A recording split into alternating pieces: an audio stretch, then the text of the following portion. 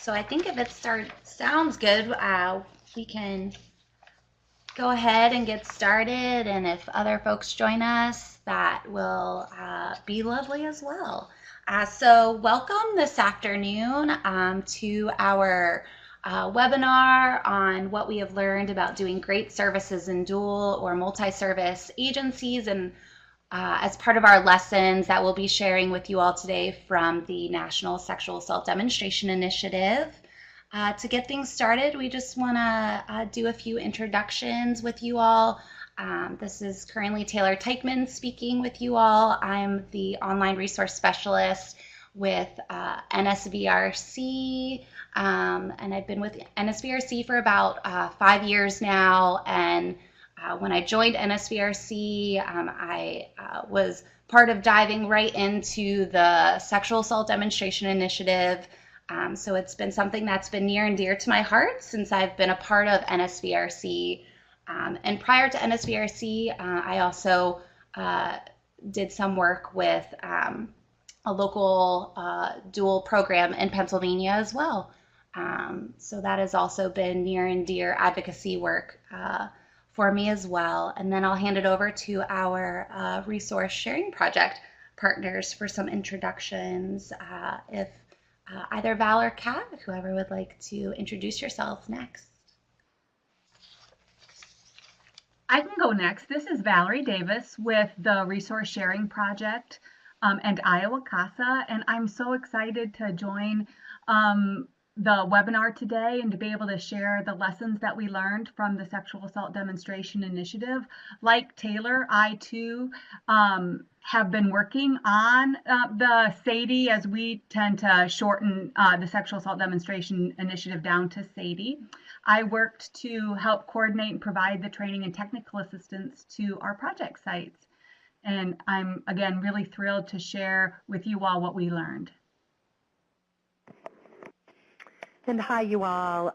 This is Kat Fribley with the Resource Sharing Project as well.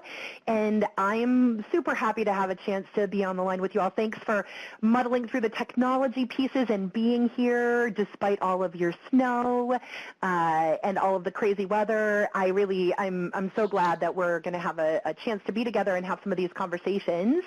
And I will tell you, I have been doing this work I started out at a dual program, and in 2001, I started with the Resource Sharing Project, which is a national technical assistance project, and we worked so closely with the National Sexual Violence Resource Center on any number of different projects over the years, and I am so excited that we were able to partner together to do this Sexual Assault Demonstration Initiative, and now that we're going to have a chance to share with you all some of what we learned over the course of all of that time, and what that might start to mean for conversations that we need to continue having together.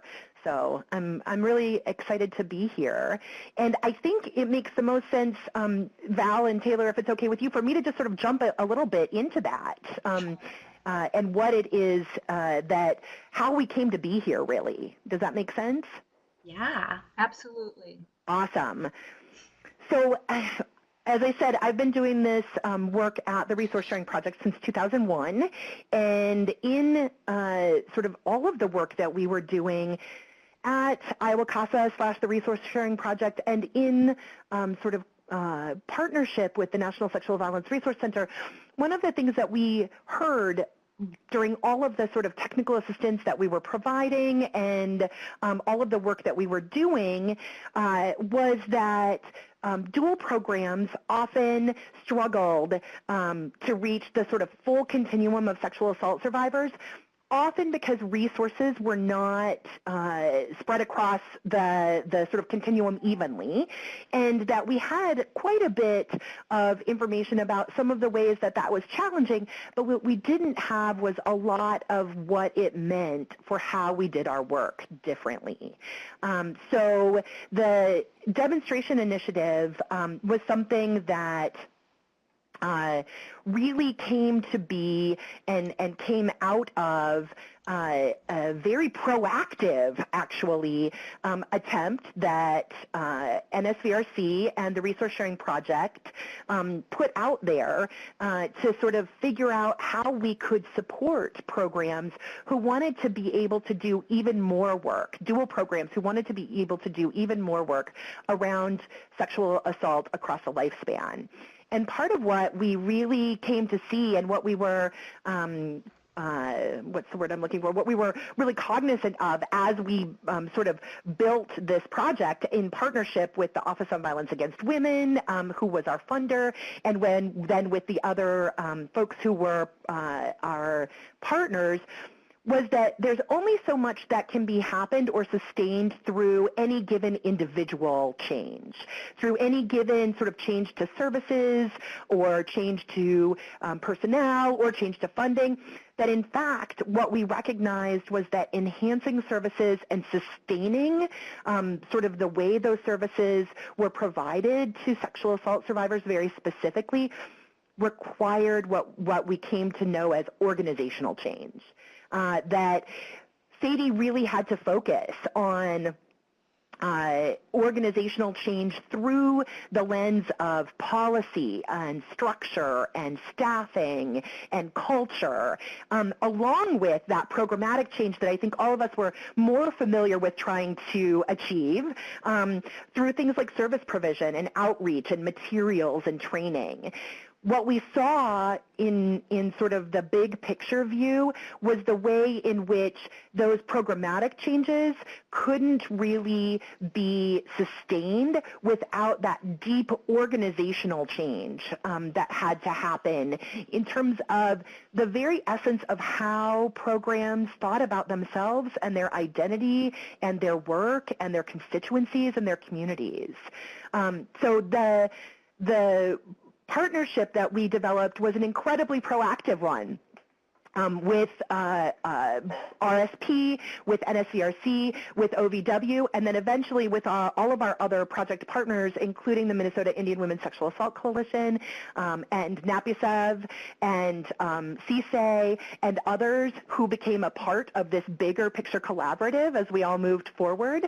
But from the outset, it was a really proactive attempt to start to think about this around the very organized concept of organizational change.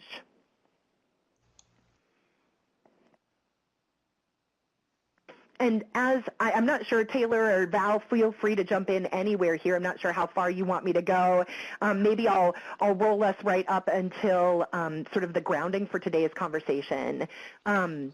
Because one of the reasons that I usually am the person to get tapped to do sort of this part of the conversation is, as you can imagine, I was one of the folks along with Sally Lasky and Joyce Lukema and Karen Baker and Beth Barnhill who really did some of the initial thinking about this work and about what we thought it could look like. And then we added OVW to that conversation, and we started really thinking then in new ways about what it could look like. And OVW suggested that they would like to see a demonstration initiative come out of it. And they are the ones who then said, we would like to fund this, and we would like to see what it could look like if we selected 6 sites across the nation, and then engaged them in a multi-year process. And that process was really grounded in doing a lot of assessment and planning, and we're going to talk a lot about that and what that meant and what we learned from it. And then also implementation of some new and enhanced services and a lot of that organizational capacity building that we talked about, a lot of that shifting, right, towards organizational change that fully encompassed the concept and services and identity of organizations as serving sexual assault survivors. So the SADE really was an attempt certainly to enhance services, but to identify much more broadly practices and dynamics that cut across all of the sites and that would be useful to all multi-service and dual programs that were out there serving sexual assault survivors across the country. So our hope is that all of what we learned, all of the sort of work that happened at the individual sites, but then also what we know now from that work and the challenges and the successes and the joys, that all of that then can be used by other dual and multi-service programs as you all and as they work to enhance their own services around sexual violence and a real response to sexual assault survivors in their communities. So I want to acknowledge that as we move into talking about some of the lessons that were learned, that we worked with Dr. Stephanie Townsend, who was the documenter for this project, and that those lessons that we're going to talk about today are only lessons that we identified if they occurred in multiple sites. So it wasn't just if we saw something happen in one place, but rather if we saw it happen in multiple places or saw different versions of the same sorts of concepts or struggles or challenges come up in multiple places, that's when we began to see it as a real lesson of the project. So Taylor, I think that is the big picture overview, and I want to turn it over to you and Val really for the majority of the rest of it, and I'm super excited to be here and chime in. Yeah, thanks, Kat, so much. Val, I know you're going to be jumping in to kind of share some of our grounding for today's conversation. Before we move into that, I don't know if it's helpful. I know sometimes, I know for my own learning, it's kind of helpful to know when we're talking about project sites. We've had questions in the past. Just curious who the project sites were, and just to be able to share that all with you, that the project sites that we worked with, the 6 sites that we worked with, do represent and represent communities that are both, they come from rural program communities, urban areas, as well as tribal programs and culturally specific programs. So we worked with New York Asian Women's Center right in New York City, the Family Violence and Rape Crisis Services program out of North Carolina, Shelter Incorporated out of Michigan, and we'll talk a little bit more as some of these project sites as part of the lessons we learned in Sadie had some name changes happen throughout the project. And then there was Doves out of Nebraska that we worked with, Gila River Indian Community Crime Victims Services in Arizona, and then Safe Place in Washington. Just if that's helpful for anyone who needs a little bit more of maybe a mental visualization of the project sites that we worked with across the country. Yeah, thanks, Taylor. This is Val again, and so I just wanted to spend a little bit of time grounding us for our conversation today, because as Kat mentioned, the Sadie is all about organizational change, changing the way that we approach our work, changing the way we think about our work, really changing our identity as organizations in many ways. And so we know that dual and multi-service programs work incredibly hard and care deeply about survivors. And as Kat and Taylor shared at their introductions, that they both have worked in dual programs before transitioning to technical assistance. I too spent 15 years working at a local dual program here in Iowa as I had every job within the program. It was part of a multi-service agency, so not the overarching agency, but in the program, including 6 years as the director. So sexual violence services within dual programs is near and dear to our heart. I mean, I lived it and breathed it every day for 15 years before I came to the Resource Sharing Project to work on the Sadie to help other dual programs do a better job of reaching sexual violence survivors. And so we really know that programs are committed to their communities and they're committed to survivors. But what we learned in the project is that we have to look critically at ourselves ourselves as individuals in this work, but ourselves in particular as organizations serving survivors of sexual violence. And we have to question and change the ways that we have structured those organizations, the ways that we have provided services in the past, the services that we have provided in the past, just everything about our organizations. We have to really look at and be reflective on and be willing to make changes. And so some of the lessons that we learned are sometimes challenging for folks to wrap their mind around. So we totally get that. And as we've been talking about the lessons across the country, some lessons resonate more with other folks. And then it'll be a different lesson that really resonates with a different group of folks. So we're going to try and give just an overview of sort of like the 8 overarching lessons for dual and multi-service programs that we learned in the SADE.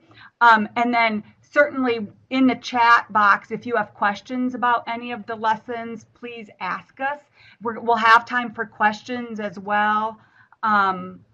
But what we really wanted to do is, again, is share the lessons so that you can use them as you engage in organizational change in order to enhance sexual assault services. So, and this is, if I can just say one thing here, that while this is absolutely was geared towards helping and working with and learning from dual programs and multi-service programs, one of the things that has been really true is that many of them resonate in exactly the same ways or in different ways for standalone programs as well.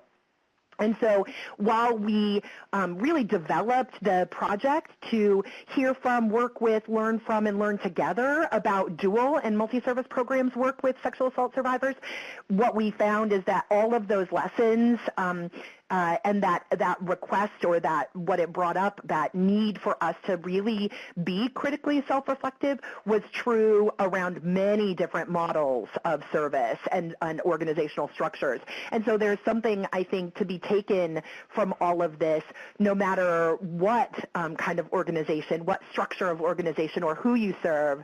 Like there's a piece of it, I think, that will resonate, and that we need to respond to and be thinking about across all of those. Absolutely, Kat, and thank you for sharing that, because that is also something, especially when we talk to more multidisciplinary groups, as well as groups of local programs, that there's a variety of different structures that these lessons can apply to. And the first one being that programs need to have an understanding and direct response to racism and oppression, cuts across all organizational structures and knows no bounds within our work. And that we learned in the SADE is that truly effective and accessible sexual assault services cannot happen if the program does not have this understanding and direct response to racism and oppression. We know that sexual violence is a form of oppression, and that has been used as a tool to promote racism throughout our country, throughout the history of our country, and is, like, as you all are aware of, a very topical, timely lesson in our country right now, as conversations around sexual violence and racism are happening every minute in our country, and that it is such critical work that needs to happen in order to really have effective, trauma-informed, survivor-centered services for survivors. That we have to look at and understand the intersections of all forms of oppression that they have with each other, and the integral nature of understanding how oppression, whether that's related to race, gender identity, sexual orientation, religion, immigration status, class, or any other forms of identity, have affected survivors' experiences, right? And so when programs are unwilling or unable to look at who is in their community and who they are not seeing in their programs, they're not really providing services to everyone in the community. So I don't know, Kat, Or Taylor, if there's something else that you want to jump in around this lesson in particular for our conversation today. This is Taylor. I don't have anything unless Kat does. I think that moves kind of nicely into our next lesson we learned, so one of the first steps during the SADE for project sites was to complete a community assessment.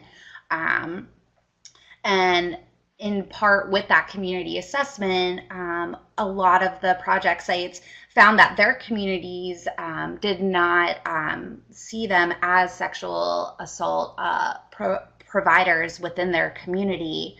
And so the SADE really helped us to see that too commonly that there are dual and multi-service programs along with their communities are seeing themselves as domestic violence programs first and not as equally as sexual assault programs too.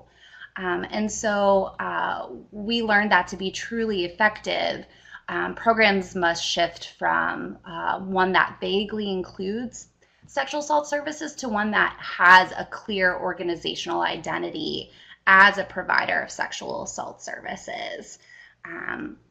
And that without this clear organizational identity, we found that it made it difficult for project sites to be able to identify what direction they wanted to move in, what they wanted to prioritize, and which strategies they wanted to implement. One of our SADE project sites, as I mentioned a little bit earlier, undertook a name change and rebranding process as part of what they did throughout their time with SADE. And this was a long process. It took, 3+ years, right?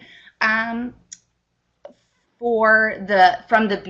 the beginning planning stages of the name change to actually implementing that rebranding process and that name change.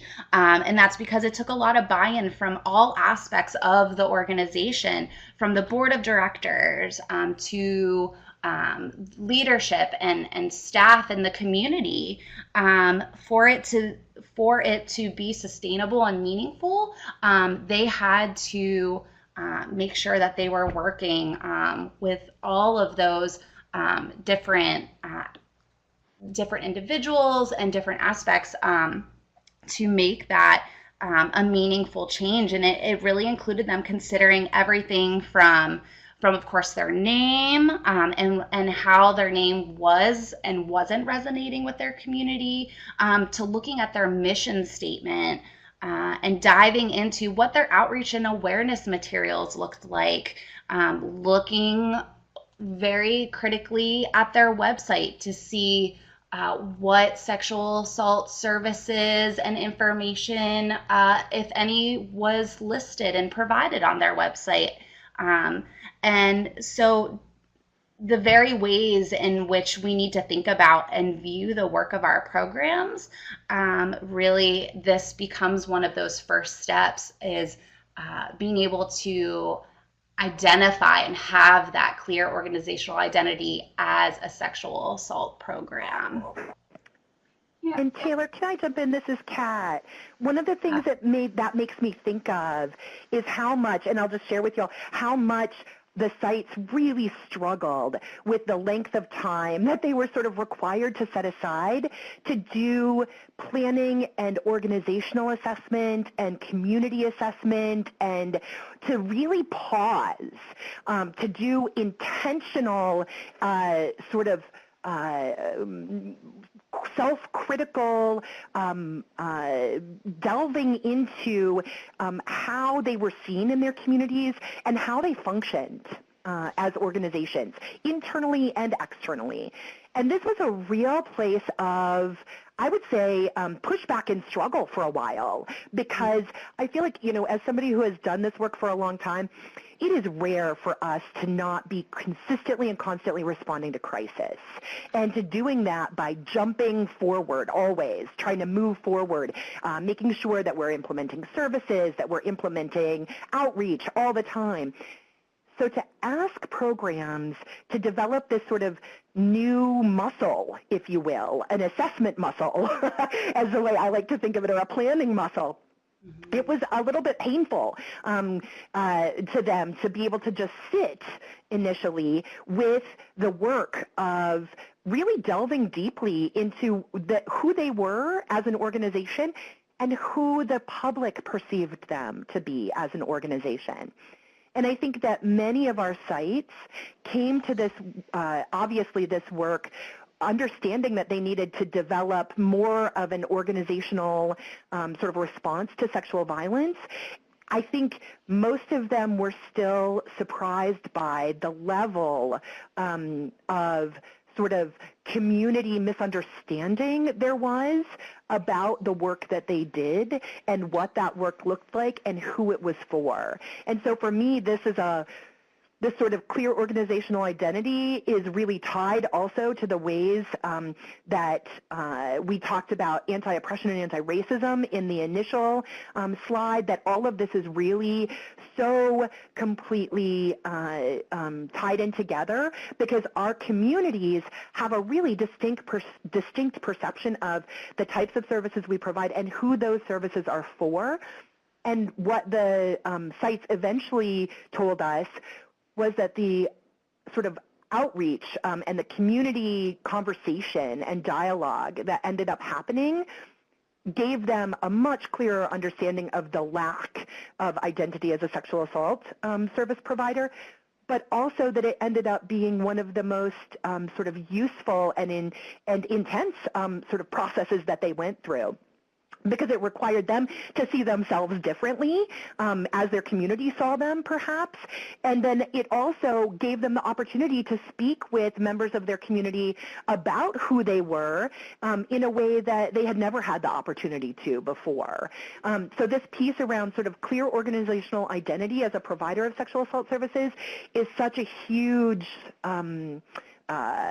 gap, such a huge place that sometimes there was a disconnect between our own sense of self or sense of organizational self and our community's sense of our work. Mm-hmm. And absolutely, I see somebody asking about whether there was a tool that was developed or could be shared, and I know that we're going to share the PowerPoint with you all, and I'm sure afterwards we can also share a number of links including to Listening to Our Communities, which is a toolkit that we put together about how you can engage with that kind of community assessment process.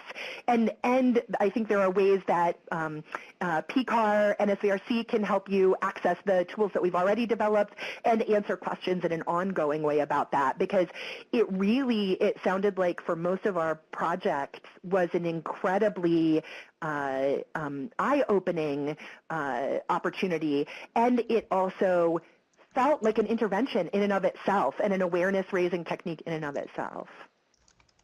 Yeah, and I'd like to just jump in for a minute, Kat, to, again, all of our lessons are interconnected with each other, and how I think clear organizational identity and anti-racism are so integral is also in, as you mentioned, how the community perceived the organization, but the organization is made up of community members as well.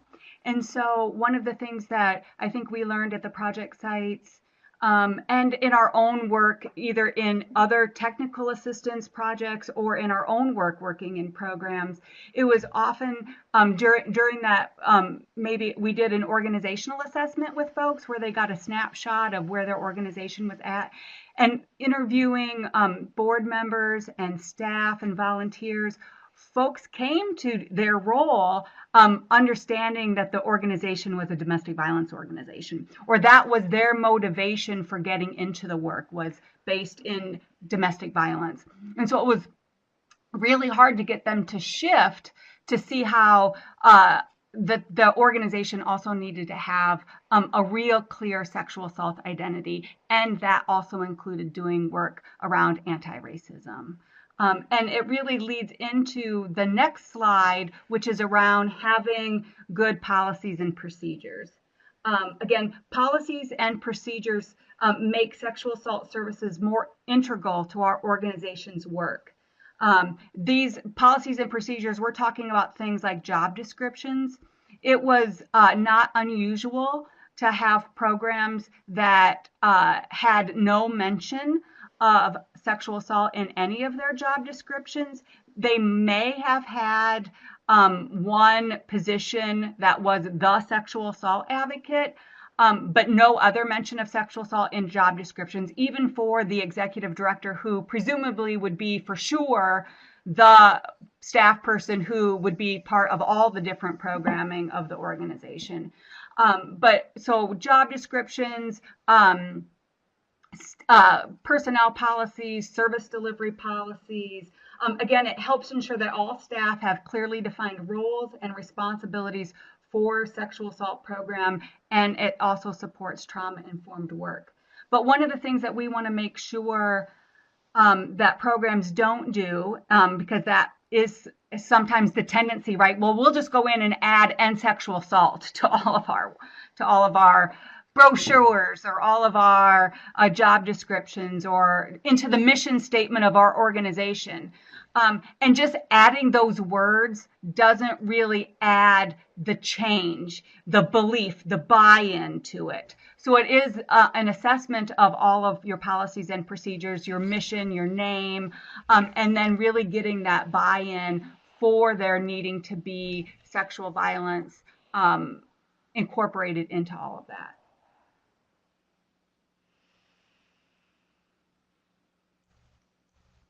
Thanks, Val. And I think, again, as these all kind of interweave with one another, the next key lesson that we learned along the way with Project Sites was that stable and empowering leadership was fundamental to organizational change as well.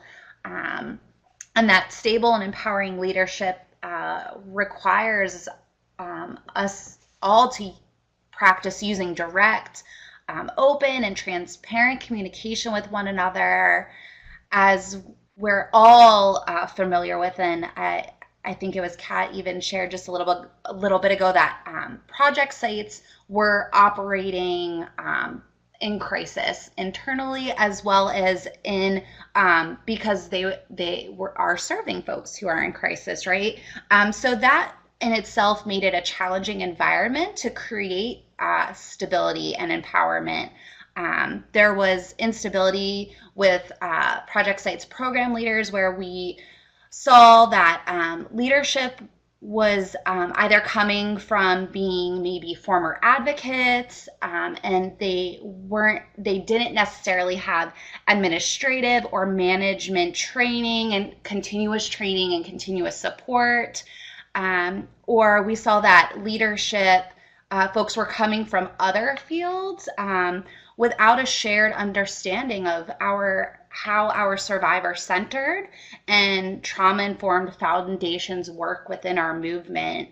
And so these really created dynamics and management styles that were leaning more towards autocratic and creating non-transparent communication and decision-making within the organization. And one thing that I really want to stress as well that we learned along the way was that it is very common and normal to experience destabilization when we're going through organizational change. So again, this was common across Project Sites and normal to feel that happening as we were challenging Project Sites to dig into their policies and procedures and dig deeper into creating stable and empowering leadership, to dig deeper into understanding those direct responses to racism and oppression and how sexual violence is a part of that.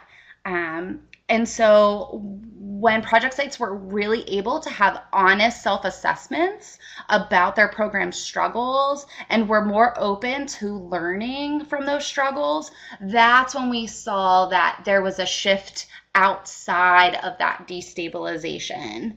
And some of the key ways that project sites were trying to stay open to learning and that we learned were helpful in being able to stay open to learning was that recognizing that learning is an ongoing process.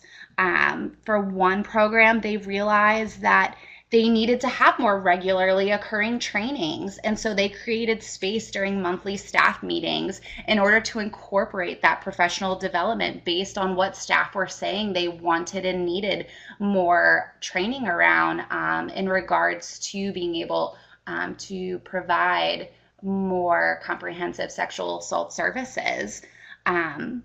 Another key piece step to learning was the extent to which organizations were open to learning also reflected the openness of the executive leader. So again, helping to move out of that destabilization and move into a more stable and empowering place with the support of the executive director. And then another key lesson that was learned in staying open to learning was that when we were open to learning, we learned to demonstrate humility to our own level of knowledge and willingness to engage with and learn from other people who have different views, and to practice and accepting constructive feedback, even when we know that can be challenging, and really knowing that when we're in this together, if we only have the ability to let us learn from one another, that's how we can continue to build stable and empowering both leadership and programs that will be better able to serve survivors of sexual violence. Absolutely, And Taylor. And as I Taylor, talk with, oh no, go ahead, Val. I was just going to say that as I've talked with various programs or coalitions around the country about this, the one fear that I hear from everyone rather consistently is, but I don't want to rock the boat. Like our program are so tenuous, or my staff is so stressed out already. Like I don't want to do anything that's going to rock the boat. Mm-hmm. And my response has been, but that is exactly what we're asking and what we're needing to do. But with your leadership and your creating a culture of care, and with your transparent and open communication around the process in which you are going to engage in and the care in which you can give to your staff, you can do that in a responsible way. But that is like, you're going to be rocking the boat. And what supports do you need to help us do that? And it's not a failure to have that happen. That is exactly the outcome that is going to need to happen to move to move farther, to become better. We're going to have some shakeup. I don't know if you were going to go in that direction or not, Kat, but yeah. Well, it's all so related. I would say one of the things that we have to develop, and that we have to acknowledge, and that we have to build, to be able to invite dialogue, invite conflict, invite discord, invite the shaking up that Val is talking about. And this is true for what it means to do sexual assault services in the context of dual or multi-service, but it's also true in almost every other context within our movement, is direct and ethical communication as a part of sort of that stable and empowering leadership. And one of the things that we saw really specifically was that when direct and ethical communication was not present, was not something that was prioritized and taught and practiced, both by leadership, certainly, but also by others who were in informal leadership positions within the organization. What we saw was a real sort of culture of fear about speaking our truths, or about bringing up topics that might appear to rock the boat. And so a large part of what I think, my takeaway from this piece around stable and empowering leadership has been around helping folks in programs and in leadership roles, whether they're formal or informal, to really develop what we consider to be skills and practices around direct and ethical communication. Because a lot of what we ended up seeing were situations in which hard conversations did not happen because there was neither the space nor, frankly, was there the skill to have hard conversations in a way that didn't shut down staff or ideas or conversation, but rather that really opened it up and said, gosh, we believe that discord and conflict can be generative. That we believe unearthing conflict really specifically is important, that we need to be able to do that, that we need to be able to acknowledge and identify those places where perhaps we hold different ideas, different truths, different realities, because the more we saw leaders who were able to acknowledge and to really invite multiple perspectives and multiple ways of thinking about things, the more we saw that generative, that like really sort of creative energy that could happen when, even when, and especially when there was not agreement across the board about what the best route forward was. So for me, a big piece of sort of thinking about, Val, what you were talking about in terms of inviting, disruption, inviting new ways of thinking, inviting that creativity that is required for all of what Taylor was just sharing around stable and empowering leadership. So much of that, for me, comes back to leaders who have the ability to unearth conflict, to recognize that everyone is going to have a different role that they play in how we do our work, and that all of them are really valuable.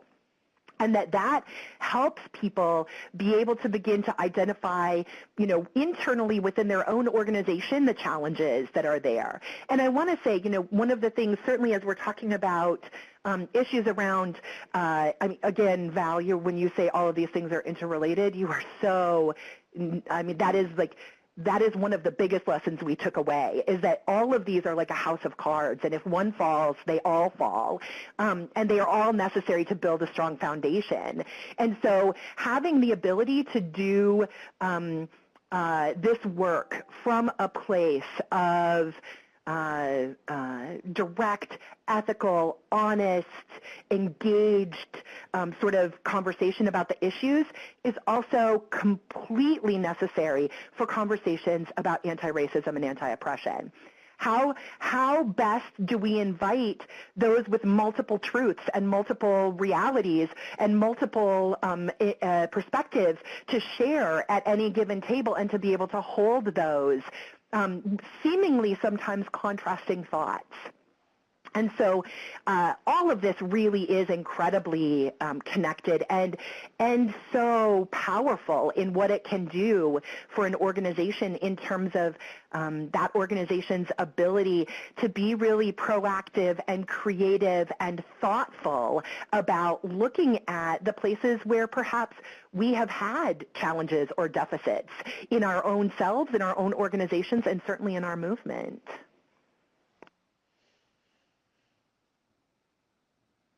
Yeah, thanks, Kat. Again, it's so important as we think about the next lesson that we're going to talk about is supporting staff to have direct ethical leadership, stable and empowering leadership, and sort of like unearthing conflict is a really healthy thing and can be a needed healthy thing, and especially for organizational change. But one of the things that we saw in the SADE and again in all areas of our work, but it really became crystallized here, is that the extent to which programs support their own staff was seen as directly influencing the quality of services provided to survivors. that is so huge to me. And like when I say those words, I just sort of feel this weight, right? Like because I don't think programs I know that I don't know that I did at the time. But as I've talked with programs and leaders and staff at programs, I don't think folks really truly appreciate that connection as much as they do once we start talking about it. But if an organization is taking advantage of staff's goodwill to come to work and their passion to serve survivors, and by taking advantage of them, I mean like overworking them, outrageous, ridiculous workloads, low pay, no benefits, we're not approaching our work in a trauma-informed way with staff and recognizing the impact of vicarious trauma, or or recognizing the impact of perhaps folks' own trauma or personal life stress. How are we really doing that for survivors that are coming to our organizations? We're not.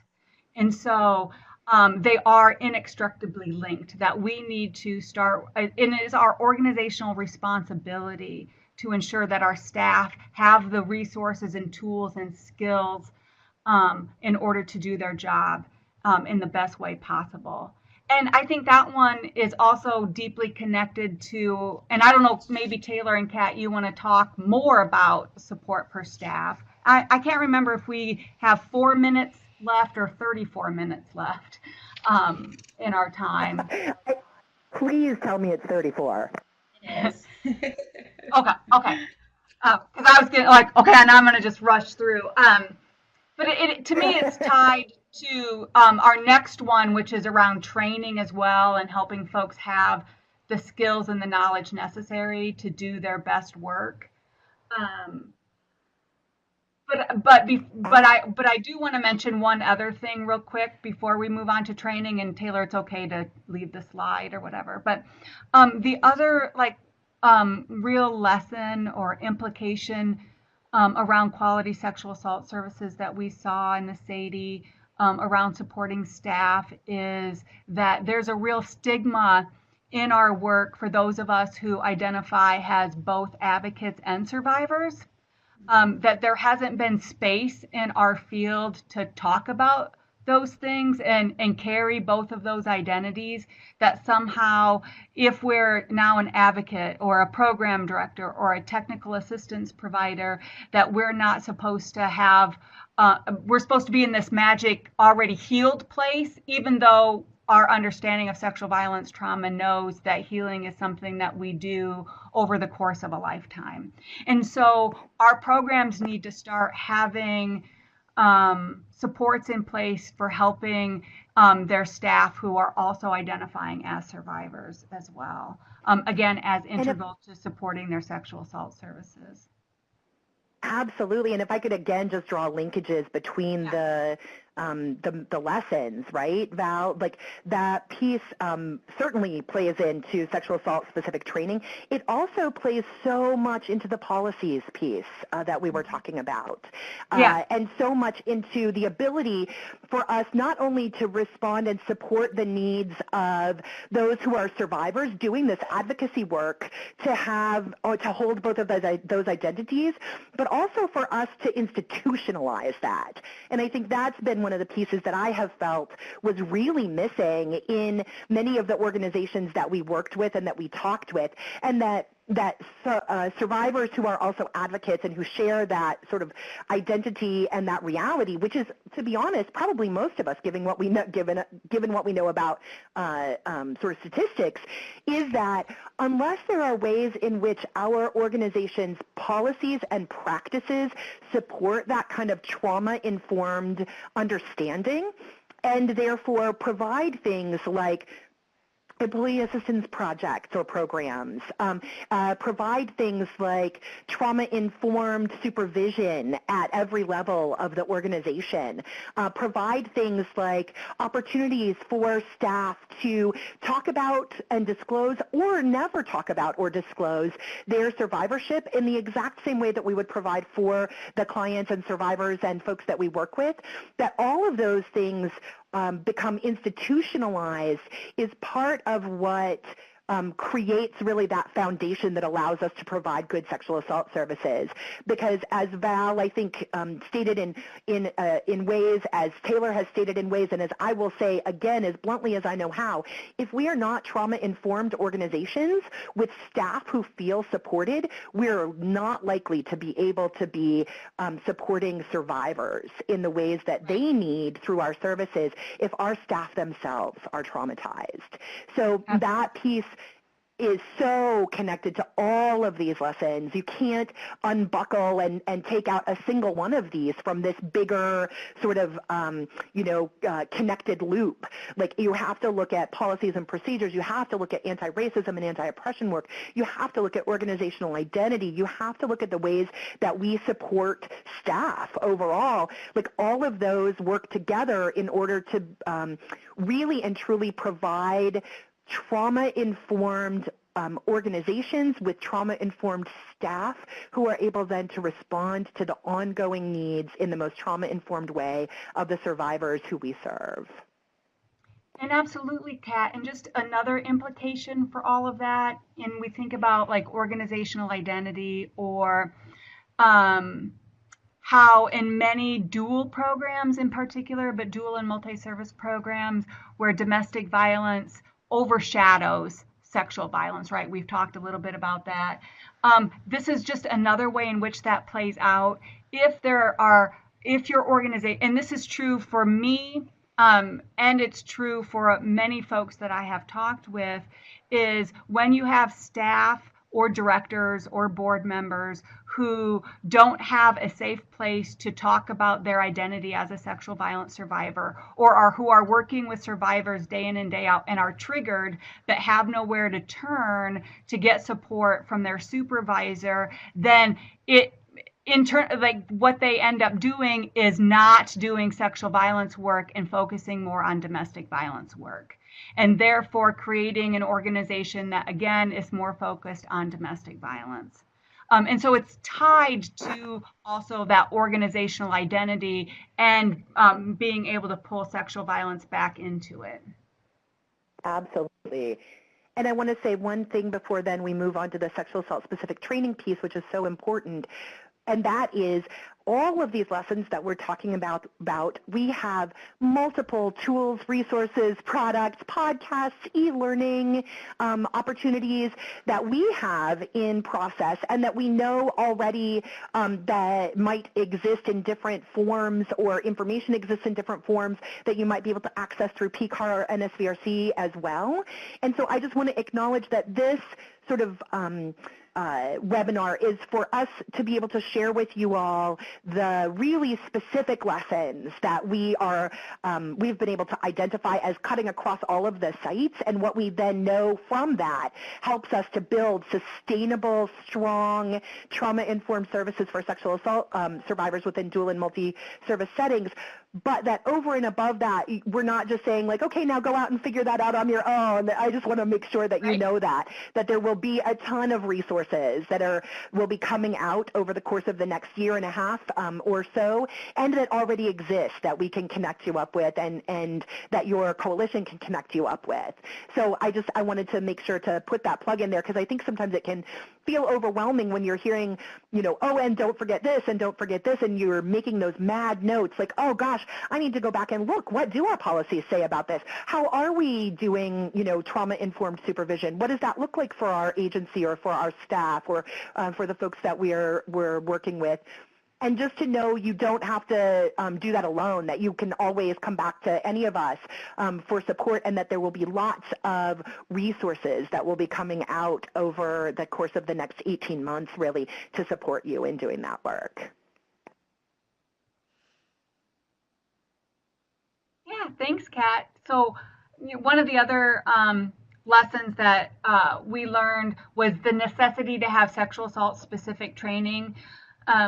And again, maybe standalone programs probably already do this. Standalone sexual assault programs already do this. But so specifically to dual programs, really needing to make sure that there is foundational training on the impact of what sexual violence is, the impact of sexual violence, and then also the advocacy skills that are needed, like active listening, building rapport, collaboration, the trauma-informed care principles. But also, again, really rooted in an anti-oppression framework as well. So foundational training, but then also ongoing training. Because as all of us on this webinar know, that and as Taylor, I think you were talking about stable and empowering leadership and remaining open to learning and creating a learning culture, that we never know everything that there is to know, and we can never understand everything that there is to understand. And so as staff come into your organization, it's also important to have a really good orientation program for them, to acclimate them to your organization, understanding the policies and procedures, go through a training curriculum, and then have them do some work. And again, in some states, I'm not sure about in Pennsylvania, but in some states, folks have to go through a certain amount of training in order to be able to have confidentiality with their clients or privileged communication with the survivors in which they work. And so they have to do that first and then go out and get some experience. And then if they even come back and do that training again, or then engage in more ongoing training, their learning is much more rich, because now they have some experience to relate their training to, but need to have that foundation training before they ever engage with survivors in the first place. So make sure that there is like a really rigorous training and orientation program in your organization. And speaking of tools that the SADE is developing and that will come out in the next year and a half, like Kat mentioned, one of them is a foundational training curriculum for sexual assault in dual and multi-service programs in particular. And then for tribal programs, the Minnesota Indian Women Sexual Assault program coalition also has a training curriculum, as well as NAPISEP, the National Organization of API Folks Ending Sexual Violence, has a really great training curriculum as well. Oh, and it looks like Joyce said that Pennsylvania requires 40 hours. Mm-hmm. Yeah, thank you for making that connection to sort of many coalitions offer and or require a certain amount of sexual assault training.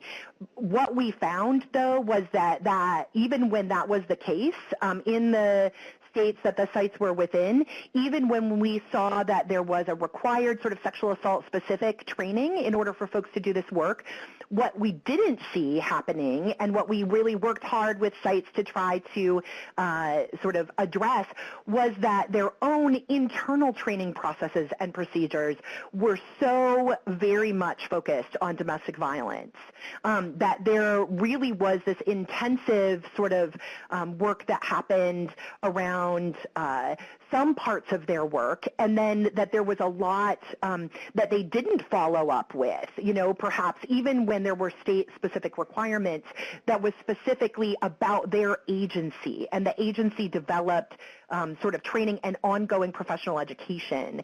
And so, Val, when you were mentioning, so many of the topics that are so important and valuable, I can tell you really specifically one of the places that we saw a pretty large deficit, and that was around crisis lines / hotlines / helplines and active listening, and the very different needs often of domestic violence survivors and sexual assault survivors across the lifespan, and the way that then played out in terms of how active listening was applied or not applied to sexual assault survivors who were outside of immediate crisis contexts.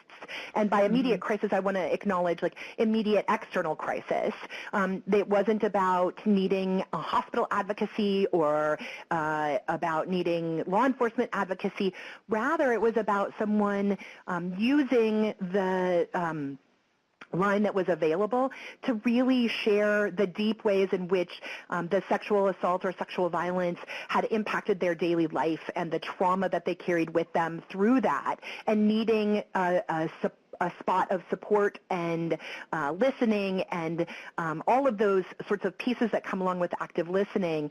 And that what we saw was that there hadn't been that sort of direct, ongoing organizational training that happened about how folks responded differently to the needs of sexual assault survivors and domestic violence survivors in unique and important and individualized ways.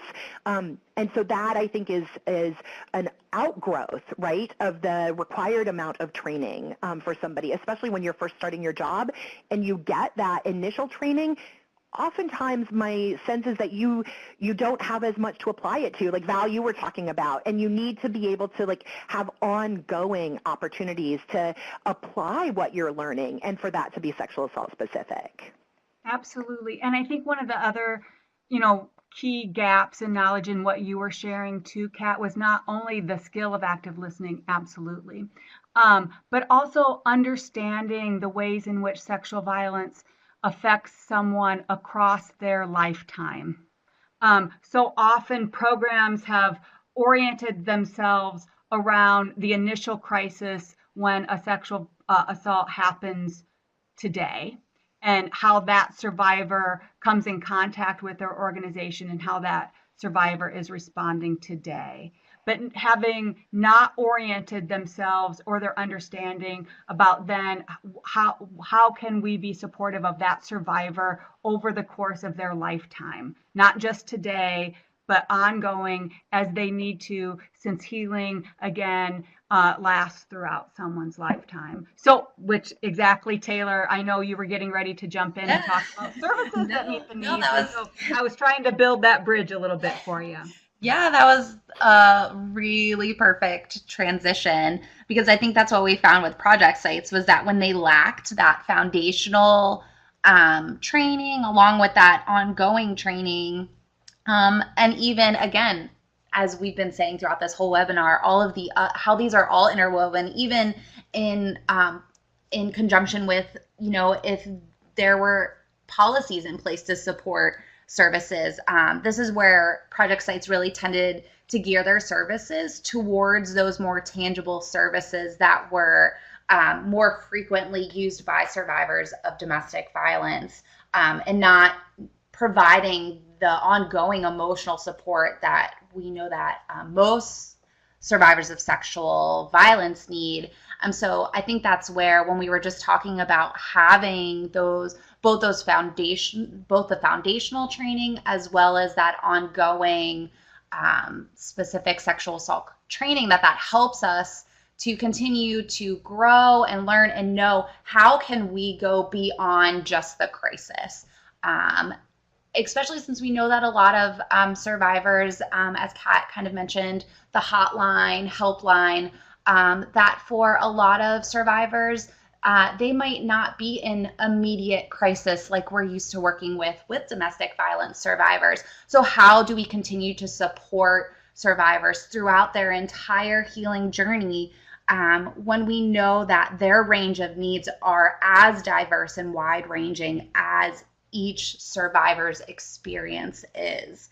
And so in order to really provide services that meet the needs of sexual violence survivors, we need to go, again, beyond the crisis and provide comprehensive services that address the entire scope of the survivor's experience and their needs, and that this addresses not just physical needs, but also social, emotional, spiritual needs of, again, both the sexual assault survivor, and it may even mean supporting family and friends and allies of survivors, and that these services really support that holistic healing, provide empowerment and integration, and really, again, I feel like we can't stress enough how much this supports survivors across that healing journey. And so some of the ways that project sites began to start exploring as they were provided some of that foundational training, and were having some of that ongoing training. Some of the project sites began exploring comprehensive services like acupuncture and expressive arts. Some were experimenting with gardening, creating a community garden, and providing supportive community gatherings for non-offending parents and caregivers within one community in particular, and beginning to even create one-on-one support with adult survivors of child sexual abuse. Some programs were integrating body movement and beginning to explore meditation practices. So I just share those with you as some of the examples that, as project sites were learning more about what it means to support survivors through that healing journey, those were some of the pieces that they were exploring and using and listening to what survivors were saying that, you know, they needed within that process. Yeah, and Taylor, if I could just jump in with Yeah. something, because like this is the lesson that sometimes people get really excited about, or initially what they originally thought about when they thought about doing their work to enhance sexual assault services was maybe needing a support group for male survivors of sexual violence, or offering a yoga class or something like that. All good things, and perhaps needed things for your community, but that's not the first place to start. It's Right. all the foundational things that are required in order to really do those services in an effective way. Making sure that your staff has training, making sure that you have policies and procedures that support those services, and doing them in a trauma-informed manner and from an anti-oppression framework. You know, having the support of the buy-in from all of the organization is really needed in order to then make sure that you can really be successful in those services. And the one other point that I just wanted to make sure to point out was that this is not only just the services that we provide, but who we even think of as sexual violence survivors over and over again. I know that we have heard, Taylor and Kat and I have heard this over and over again, that domestic violence and sexual violence survivors are just the same. They're the same people. And while it may be true that there are lots of survivors that have multiple victimizations, being both domestic violence and sexual violence, there's a whole there's many populations of sexual violence survivors that also don't come to us for domestic violence services. But so when we limit ourselves to thinking about sexual violence survivors as just those domestic violence survivors that come to us for our services, we're missing many populations of people. And so that's also important to think about the services that are needed. Yeah, I was going to say, to build on that even one further, we definitely, as you said, Val, I think heard pretty consistently that sort of DV and SA survivors are the same. But even more than that, interestingly, one of the things that we really had to untangle and help folks sort of think through and see, like try to trace it back to where it came from, was the concept that DV and SA needs were the same, right? Yeah. Even when they were different survivors, that somehow, there was no differentiation between what services might be most needed, useful, relevant, healing for a survivor of sexual violence versus for a survivor of domestic violence. And that was, I think, one of the things that we ended up spending quite a bit of time sort of tracing back, if you will, and unraveling together with the sites. Like where does that sort of concept come from? What do we mean by it? What are the places where that resonates differently for culturally specific services than it does for mainstream services, than it does for tribal services? Why do we sort of correlate all of that together or put all of that together without differentiating sometimes the needs? And I want to be clear that while Val was talking about, they're not the people that come for services. If we only are addressing sort of sexual violence in the context of domestic violence, we're missing just a huge number of folks, or even folks who might see domestic violence sort of primary outreach programs as a resource. Over and above that, even in situations where there are folks who bring both of those experiences to the table, we're not saying it's up to them to have to figure out or decide any of this.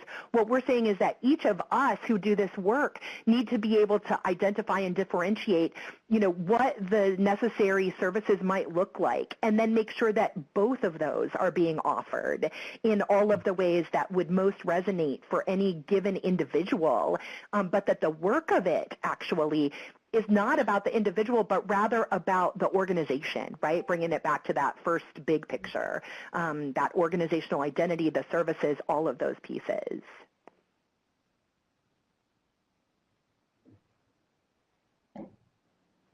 Absolutely. Thanks, Kat.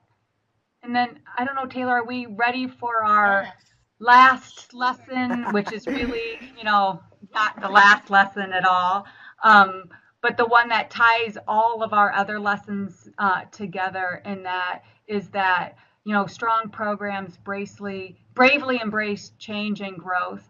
And what that really means is that, we're open to learning, as Taylor was mentioning earlier, being self-reflective, and recognizing that survivors of sexual violence haven't been getting their needs met by our programs, and that we can change that and make it better for them by doing the hard work of self-reflection and organizational change. And that those are some of the tools as well that, Kat was mentioning before, that we can all help you with, that PCAR can help you with, and that's like doing, getting a snapshot of where your organization is currently at, the review of all of those documents that we've mentioned before, and your name and your mission, your policies and your procedures, taking that information, doing a community assessment, finding out what the community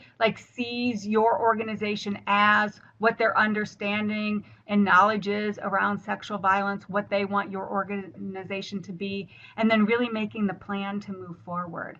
It's really exciting work, but it really, again, does require that honest self-awareness and reflection and examination and hard work and shaking it up, rocking the boat, but doing it, in a planful, mindful way with good supports in place. And that is absolutely what I know that PCAR, NSVRC, and the Resource Sharing Project can help you with. Thanks, Val. And so I don't know, Taylor, Kat, anything else you want to add to that? I mean, just very briefly, I think the only thing I have to add, just to kind of sum up what you were saying, Val, I think there's comfort in knowing that as we bravely embrace change and growth, that we're all in it together, and we're all here to support one another through that change and growth. So I find that personally very exciting, and also comforting to know that, oh, hey, I'm not the only one, sitting in this bubble by myself feeling this way, that, it's a collective place that we're all in. I love that, Taylor. And I would also say, if we as a movement can't bravely embrace change and growth, how are we then changing the culture that really we're trying to fight, that is reliant on paradigms of violence rather than on paradigms of peace and respect and connection? So for me, I am with you in that excitedness, and also, really challenge us to think deeply about those places where we can, as a movement, model the ways that we talk with each other about hard things, and make change when things are difficult, and bravely embrace that ability to sort of change and grow, which is, I think, what we're asking our whole culture to do in terms of ending sexual violence, in terms of ending violence and really finding new ways of being in community, in relationship, together that prioritize respect and kindness and beloved community. And that to me, again, is sort of a given for what we should be doing as a movement.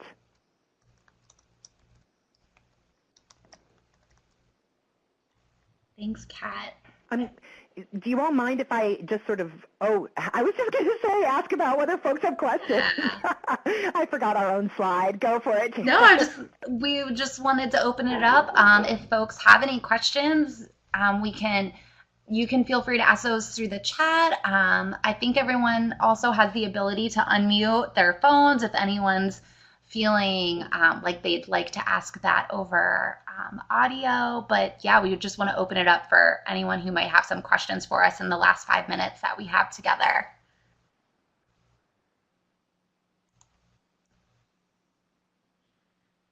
That was so cool to just suddenly see all the microphones appear next to everybody's name.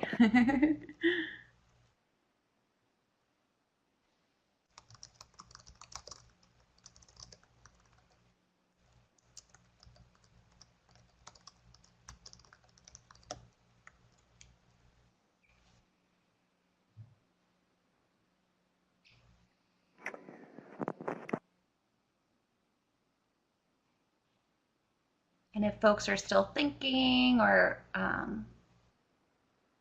if maybe there aren't any questions, just wanted to share here some of our contact information if maybe some questions come up later after kind of processing everything we've been sharing with you all. Is there anything, Joyce, you were involved really from the outset of this as well, and I'm curious if there's anything that you want to add from the perspective of, sort of somebody who has watched this unfold and been a part of it in really integral ways at different points. And who has a really distinct knowledge of, obviously, of Pennsylvania programs. Yeah, I think for me, probably the most surprising thing when we started this, I really thought we were going to focus on, or we would find that what people needed was mostly the specific education related to sexual violence. But I think as the project evolved, seeing how much bigger how much bigger this is. I think the organizational change that needed to happen, and it really showed that an agency has to have a commitment on all levels. And I think just being very honest, with themselves, like the organization has to be very honest about how they were providing services. Well, I'm sorry, we have like a helicopter or something flying over us right now, and it's like shaking our room, so I apologize. But I think just that organizational piece, I think it's so important, but I was really surprised by that and the depth of work that needed to happen and the commitment that folks needed to have if they were going to truly make sure that there was parity for sexual assault survivors in their organization. Absolutely. It's fascinating, and I want to make sure to come back to Mandy's question, but it was really fascinating and interesting to me to also see the ways in which organizations struggled to make that sort of foundational organizational change commitment, even when there were multiple individuals within the organization who were really on board and who really saw and understood some of the changes that needed to happen, and really were able to take that like sexual assault specific learning and apply it to the work that they were doing. That when we saw those individuals leave, because part of the sort of privilege that we had of doing this demonstration initiative was working with agencies over the course of quite a long time. It ended up being more than 4 years that we were working with project sites. And so seeing the ways in which even when individuals clearly were very affected by the work and their learning and were able to implement that in their day-to-day and the direct services that they were providing, that unless that was institutionalized at that organizational change level that we were talking about, Joyce, that when that individual left, we saw those services return back to the exact baseline that we had seen really when we started our work with the organizations. And to me, that's not to say, so I want to say again, it's like individual change is incredibly important. However, individual change will only ever be as effective as long as the individual is there. And that what we saw happen was when that individual left, nothing had been institutionalized in that sort of organizational capacity way, meaning that it was really sort of a toss-up as to how the next person in that position would approach the work. So just the value of that commitment to developing organizational identity and practices and policies and procedures and supports that really, sort of prioritize sexual violence in the same way. Without that organizational level change, the change went away when the people switched. And I will mention, just as this is not my favorite statistic by any means, it's one of my least favorite statistics from our learning, but a really important one. We saw more than 75% turnover from the time that we started the work with our project sites through the SADE and the time that we ended the work with project sites at through the SADE. And we know, when I say 75% plus, we know that's a reality because we know there were multiple places where people switched jobs. So individual change, as much as it is important, will never equal organizational change. So thanks for that, Joyce. I appreciated you sort of highlighting the unexpected nature of that. And I see, Val, that you responded, thank you, already in the chat, but do you want to talk any more about any of the other resources, you and Taylor, as I know we're a little bit beyond, and close us up?